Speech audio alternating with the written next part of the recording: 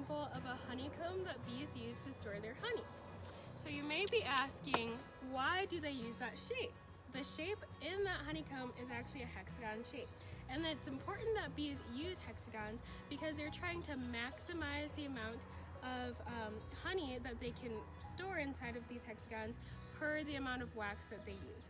So for every 1 ounce of wax that a bee secretes, they have to consume 8 ounces of honey. So as you can see, it's a lot of effort to make wax, and so they want to make sure that they're using the wax to the best of their advantage.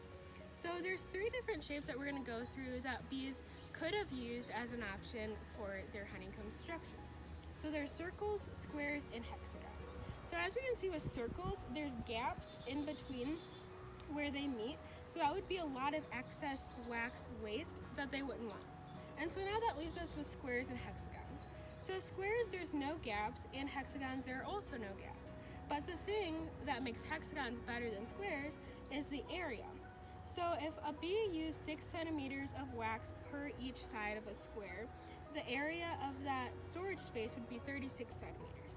But for only 4 centimeters of wax per side for a hexagon, it would make 41.6 centimeters squared of storage for the honey. It turns out that hexagons are actually made up of triangles. So 6 triangles make up 1 hexagon. And the important thing about triangles is that they are very strong. So if we applied a force to this triangle, the weight would be equally distributed, or the force would be equally distributed so that we still have this triangle shape.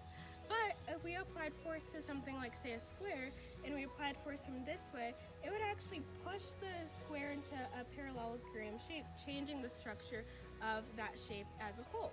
So it's really important that bees use this hexagon shape that is made up of triangles because it not only is the most efficient use for both wax and honey storage, but it also is a very strong shape, preventing any kind of damage that would happen to the comb in general.